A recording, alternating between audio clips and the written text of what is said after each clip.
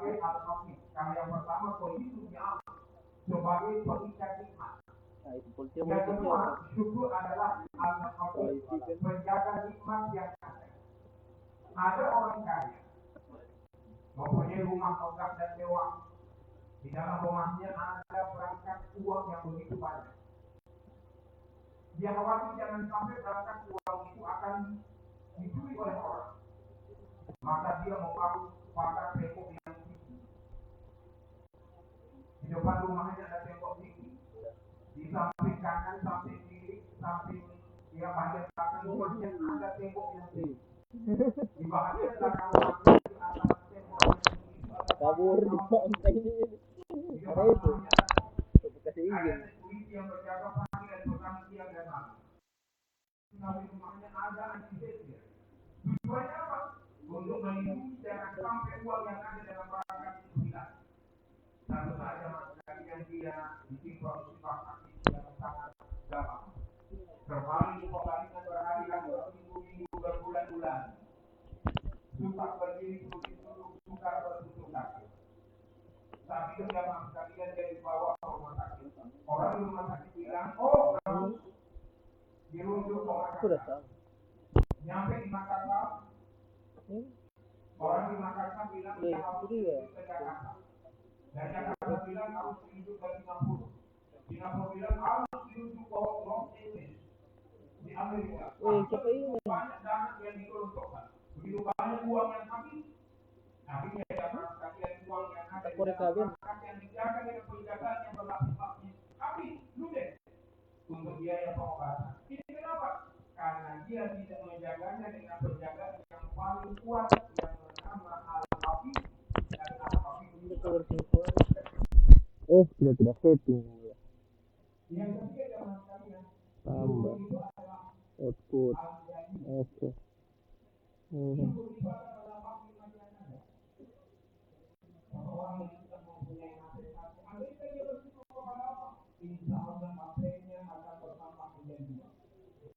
Masa Allah. Agak ini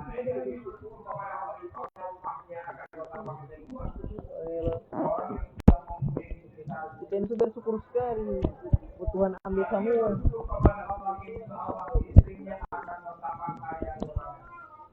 Kan DP bahasa kasar kan begitu. Bagaimana itu Pak Andi? Jelaskan itu. Bagaimana itu? Pak Andi, ada ini di luar kamar. Zikir itu tidak putus. Alhamdulillah, alhamdulillah. Subhanallah, alhamdulillah, wala ilaha illallah. Tidak putus. Hati itu kemana?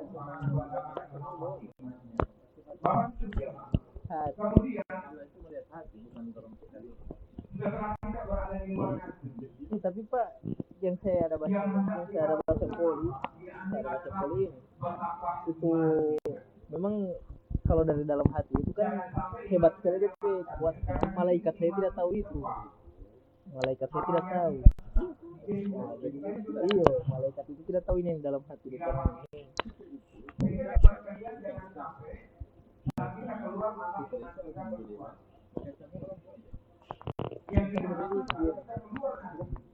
Sudah.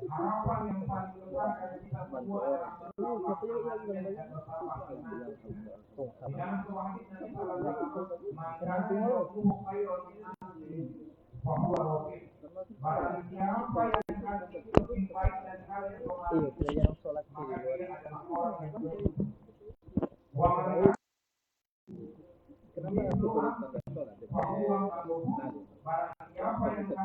Kenapa aku sholat?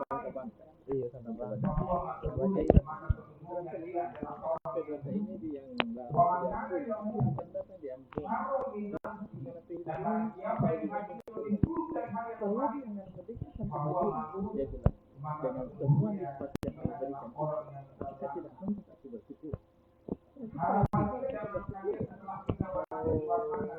Sholat sih.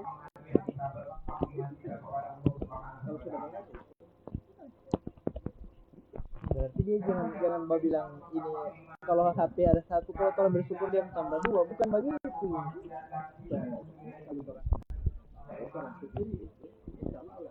Tidak ada konsep yang paling baik di luar sana. Bukan itu, tapi dalam Al-Quran tidak ada dia mau lipat gandakan, cuma karena orang yang bersyukur dia terkadang kalau ambil dia Dan iman itu yang akan rasa kaya karena dia bersyukur itu kenapa memperbaiki kehidupan. orang yang merasa Jadi cukup Allah Al-Quran yang kaya itu mana ambil amal dan solehah, kita dari Allah wa huwa mu'min. logika kan Barang siapa yang kalian pasti merasa yang cukup lalu dia tahu Tuhan. tapi Wa huwa masih mu'min. bisa itu Beriman kepada Allah. Para nubilan aku ayat dan beribadah. Maka dengan yang Allah boleh kita mau doa ya Allah tukar karyanya dan Bill Gates tukar karyanya dan Bill Gates nanti anak mau tunjukkan rasa syukur. kenapa Allah iman jangan kalian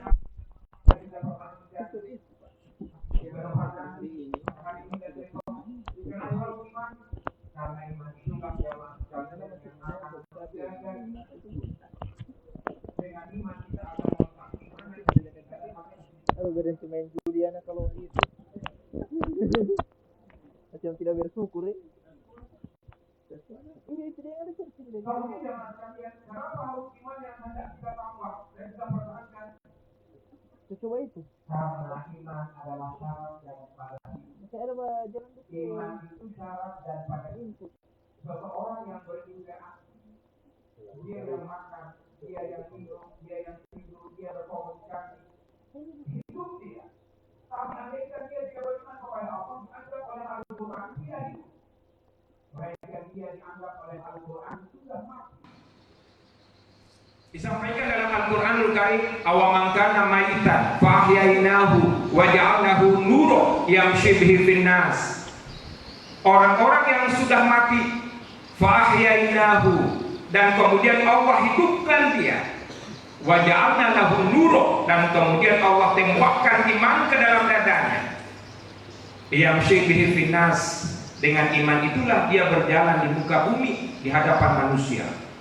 Menurut Al-Quran jemaah sekalian, orang-orang hidup itu adalah saat dia beriman kepada Allah.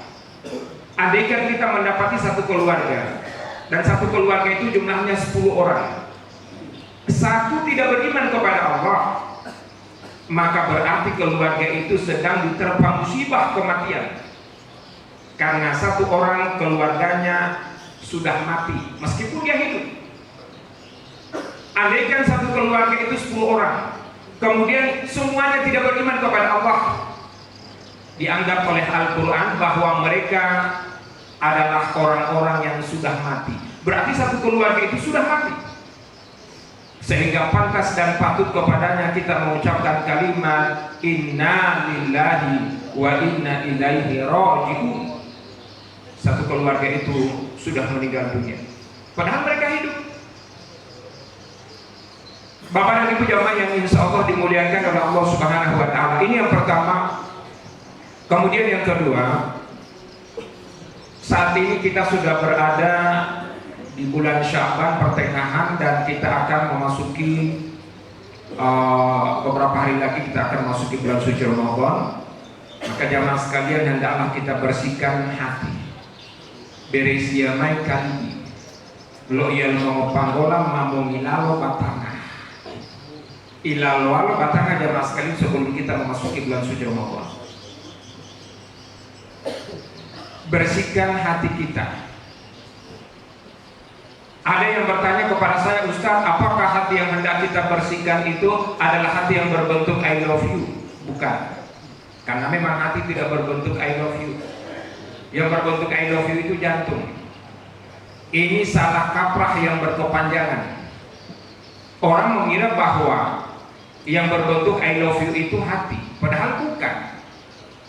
Hati itu dalam bahasa Inggris namanya liver. Di dalam bahasa Arab kibdun atau kibdatun. Dan dia sebelah kanan.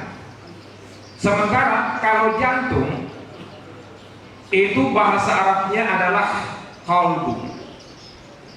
Dan tempatnya sebelah kiri. Dan itulah yang berbentuk I love you. Kalau ada yang mengatakan Ustaz kan sudah terbiasa, biar saja Ustaz soalnya sudah kebiasaan. Oke lah, sudah jadi kebiasaan. Sehingga muncul pertanyaan yang kedua, Pak Ustaz, apakah hati yang hendak kita bersihkan sebelum kita suci Ramadan ini adalah hati yang berbentuk segumpal darah itu. Apakah hati yang hendak kita bersihkan adalah hati yang berbentuk segumpal daging? Bukan itu. Masa coba bayangkan jamaah sekalian, masa hati yang ada di dalam tubuh kita kemudian dia kotor atau bersih? Yang jelas pasti dia kotor karena dia sedang berlumuran darah. Jadi jamaah sekalian, ternyata hati yang hendak kita bersihkan itu bukan hati yang berbentuk segumpal darah itu, bukan hati yang berbentuk segumpal daging, bukan. Tapi hati yang hendak kita bersihkan adalah hati maknawi. Hati maknawi, dan itulah yang disampaikan dalam hadis qudsi, banaitu fi jawfi ibni adam qasdan wa fi qasdin sadran wa fi sadri qalba wa fi qalbi fuada wa fi fuadi sagofan wa fi sagofi sirra wa fi sirri ana. Di dalam diri manusia terdapat dada, di dalam dada terdapat hati, di dalam hati terdapat mata hati, di dalam mata hati terdapat penutup mata hati, di dalam penutup mata hati terdapat rahasia, dan di dalam rahasia itulah aku. Dan inilah yang oleh Imam Al-Ghazali dalam kitab Ihya Ulumuddin disebut sebagai latifatur ruh atau latifah rabbani. Dan ini yang hendak kita bersihkan sebelum kita memasuki bulan suci Ramadan. Bersihkan dengan apa, Ustaz? Ada 3 cara membersihkan hati. Yang pertama, faqultu astaghfiru rabbakum innahu kana ghafara. Kusampaikan kepada mereka agar mereka meminta ampun kepada Allah, karena sesungguhnya Dia Maha Pengampun. Dawamkan, lazimkan kalimat istighfar pagi dan petang, siang dan malam. Astaghfirullahal azim, astaghfirullahal azim, astaghfirullahal azim. Bukan astaghfirullahul azim. Beda itu. Kalau kita meminta ampun kepada Allah, maka kalimat yang hendak kita ucapkan adalah kalimat astaghfirullahal azim. Tapi kalau kita mengucapkan kalimat astaghfirullahul azim, berarti Allah yang minta ampun kepada kita. Imaulai, yang minta ampun. Sama dengan yang viral kemarin ini yang di medsos, ada seorang ibu yang mengatakan kita butuh kepada Tuhan dan Tuhan pun butuh kepada kita. Imaulai, Bapak dan Ibu jamaah yang insya Allah, mohon maaf, jamaah kaum muslimin yang insya Allah dimuliakan oleh Allah Subhanahu Wa Taala. Ucapkan kalimat astaghfirullahal azim. Perbanyak ucapan kalimat astaghfirullahal azim atubu ilaih. Lazimkan dia pagi dan petang, siang dan malam. Sarana dalam rangka untuk membersihkan, mensucikan hati kita. Karena seperti itu Bapak dan Ibu ya, dalam keadaan bersih. Sehingga manakala kita hendak kembali menghadap kepada Allah, hendaklah dalam keadaan bersih pula. Kulul mauludin yuladu ala fitrah. Setiap manusia terlahir dalam keadaan fitrah, bersih, suci. Saat dia kembali menghadap kepada Allah, harus dalam keadaan suci pula. Yauma la yanfa'u malu wala banun illa man atallaha biqalbin salim. Akan tiba satu saat tidak berguna harta, tidak berguna jabatan, tidak berguna kebanggaan terhadap status sosial, tidak berguna bangga terhadap nasab, tidak berguna. Illa man atallaha biqalbin salim, kecuali hati yang datang menghadap kepada Allah dalam keadaan bersih, suci, fitrah. Sama dengan orang yang meminjam piring di tetangga ini. Kalau kita meminjam piring di tetangga, maka konsep mengembalikan piring itu ada 3. Yang pertama, kalau kita kembalikan piring tersebut dalam keadaan bersih, maka si pemilik piring akan langsung letakkan piring itu di rak piring. Yang kedua, kalau kita kembalikan piring tersebut dalam keadaan kotor, maka si pemilik piring akan mencuci piring itu terlebih dahulu, kemudian diangkat masukkan ke rak piring. Yang ketiga, andaikan kita kembalikan piring tersebut sudah dalam keadaan pecah, maka si pemilik piring akan mencampakkan piring tersebut ke tempat sampah dan tidak akan diambil untuk selama-lamanya. Demikian juga jamaah sekalian, saat kita hendak kembali menghadap kepada Allah, Saat kita kembali menghadap kepada Allah dalam keadaan bersih, maka Allah pasti akan langsung masukkan kita ke dalam surga-Nya. Tapi andaikan kita kembali menghadap kepada Allah dalam keadaan kotor, Allah akan celupkan kita ke dalam neraka jahanam terlebih dahulu, kemudian angkat dan masukkan ke dalam surga. Dan yang ketiga, andaikan kita kembali menghadap kepada Allah dalam keadaan hancur berkeping-keping, maka Allah akan lempar kita ke dalam siksaan yang kekal dan abadi dan tak akan diangkat untuk selama-lamanya. Mahalinga odea jamaah sekalian, hendaklah dalam keadaan bersih, suci, fitrah. Kemudian cara membersihkan hati yang kedua bagaimana? Kalau di kalangan ahli tarekat, ya, di setiap perguruan-perguruan tarekat biasanya ada tahlilan. Tahlilan itu jamaah sekalian, itu dalam rangka untuk menghancurkan dosa-dosa yang ada di dalam kalbu. Tahlilan la ilaha illallah, la ilaha illallah, la ilaha illallah, la ilaha illallah, la ilaha illallah, la ilaha illallah.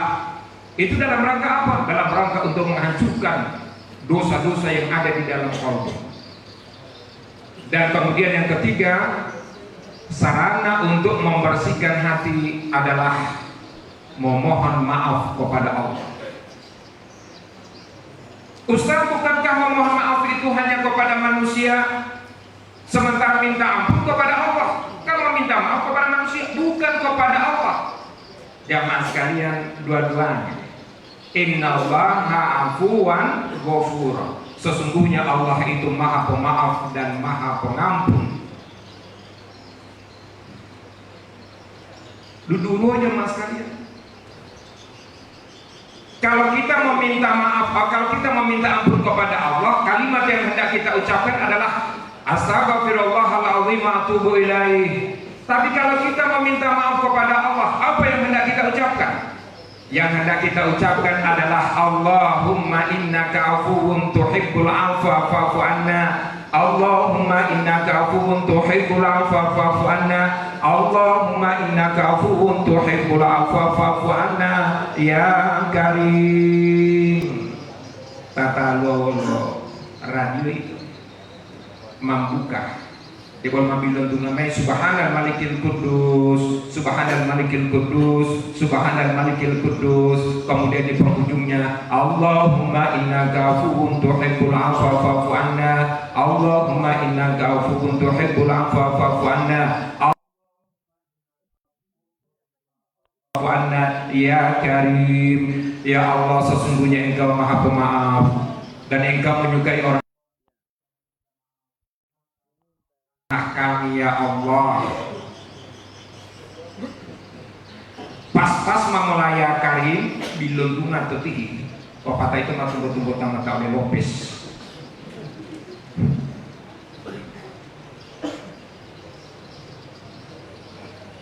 Bersihkan hati kita jamaah sekalian saat kita masuk bulan suci Ramadan. Insya Allah mulai sebentar ini ada yang pengen bermaaf-maafan dengan Bapak Haji Saiful Qasim. Insya Allah ini adalah merupakan bahagian daripada cara kita di dalam rangka membersihkan, karena di Petanggu itu menunggali Pak Haji ke depan nanti mengkeluari belum tentu ketemu. Sementara di sini kita pernah dendam kepada, pernah marah kepada, pernah benci kepada, pernah melontarkan kata-kata yang tidak mengenakan. Jamaah sekalian insyaallah dimuliakan oleh Allah Subhanahu wa taala. Kemudian yang terakhir, tetaplah senantiasa melaksanakan sholat. Ya, jangan sampai setelah keluar nanti, jangan sampai sholat kita hilang.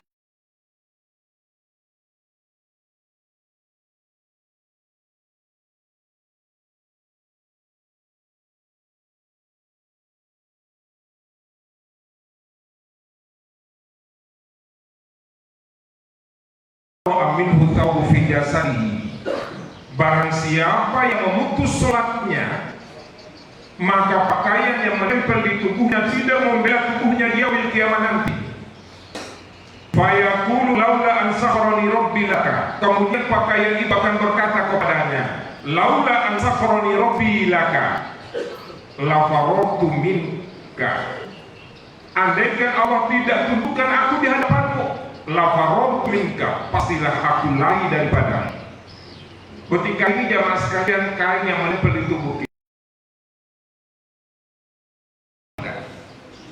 Dan andaikan kita meninggalkan sholat 5 waktu, maka sesungguhnya statusnya terjebak di dalam tubuh kita. Dan dia memberontak, pingin keluar, pingin lari dari diri kita. Karena kita pada saat itu telah meninggalkan. Sallallahu menyampaikan harus pakaian,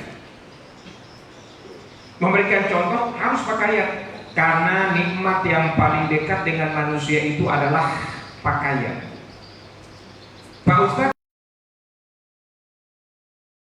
kita saat lapar, bukankah minuman? Bukan, nanti kita sudah haus. Bukankah tempat tidur? Karena kita senantiasa tidur. Tidak, seringkali kita meninggalkan tempat tidur.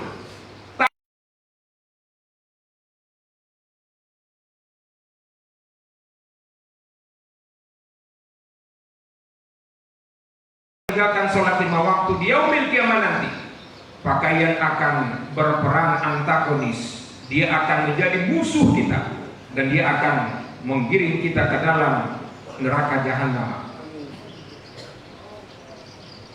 Pandang entengnya tuh Bapak dan Ibu itu jahanam, neraka. Pak Ustadz yang penting rame-rame melatih itu Pak. Tuh neraka itu jangan malah Pak Ustadz yang penting rame-rame. Bapak dan Ibu jamaah, api yang membakar Nabi Ibrahim itu panasnya sampai ke Syria. Raja Namrus mengumpulkan kayu bakar, dan kemudian kayu bakar itu laksana gunung yang tinggi, dibakar dia sehingga panasnya sampai ke Syria. Pada saat itu Raja Namrud bingung bagaimana cara membawa Ibrahim ke dalam kobaran api yang besar itu. Datanglah setan kepadanya. Setan berbisik kepada Raja Namrud, kalau engkau bingung bagaimana cara membawa Ibrahim ke dalam kobaran api yang panas, buatlah olehmu manjani. Apa itu manjani? Katapel raksasa. Kemudian masukkan dia ke dalam katapel dan lemparkan dengan katapel itu ke dalam kobaran api. Ditanya oleh Raja Namrud kepadanya, wahai Kisana, siapakah engkau? Dia mengatakan, aku ini adalah iblis. Dari mana engkau mendapati informasi seperti itu?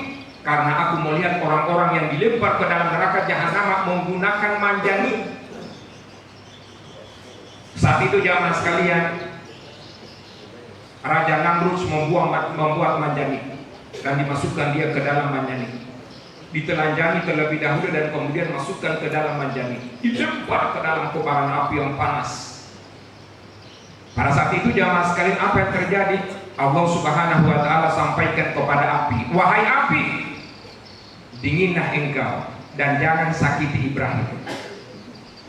Andaikan engkau menyakiti Ibrahim, maka aku akan kembalikan engkau ke dalam neraka jahanam.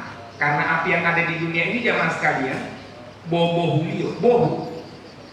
hanyalah bara yang tertinggal di puncak gunung yang tinggi pada zaman pada zaman dahulu ya di zaman saat Nabi Adam pertama kali muncul eksis di muka bumi. Saat dia mau mencari api, sumber api untuk memasak masakan, kemudian pada saat itu dia meminta kepada Allah supaya didatangkan api. Dari situ awalnya api datang ke bumi ini. Nah pada saat itu jamaah sekalian, disampaikan oleh Allah Subhanahu wa ta'ala kepada api, api dinginlah engkau dan jangan sakiti Ibrahim. Andaikan engkau menyakiti Ibrahim, maka aku akan kembalikan engkau ke dalam neraka jahanam. Apa yang terjadi jamaah sekalian? Api itu lo'dumuhai, dia akan dikembalikan ke dalam neraka jahanam. Dia pingsan selama 3 hari. Api pingsan selama 3 hari. Ini disampaikan dalam sebuah kitab yang ditulis oleh Imam Ibnu Hanbal di dalam kitab yang berjudul Al-Ahwal An-Nar. Ahwal An-Nar. Itu kitabnya. Bukan main jamaah sekalian, api saja mau dikembalikan ke tempatnya semula, pingsan selama 3 hari. Apalagi itu kita yang akan dilempar ke dalam neraka jahanam. Nah, Bapak dan Ibu jamaah yang insya Allah dimuliakan oleh Allah Subhanahu wa Ta'ala, jangan sampai meninggalkan sholat 5 waktu. Ya,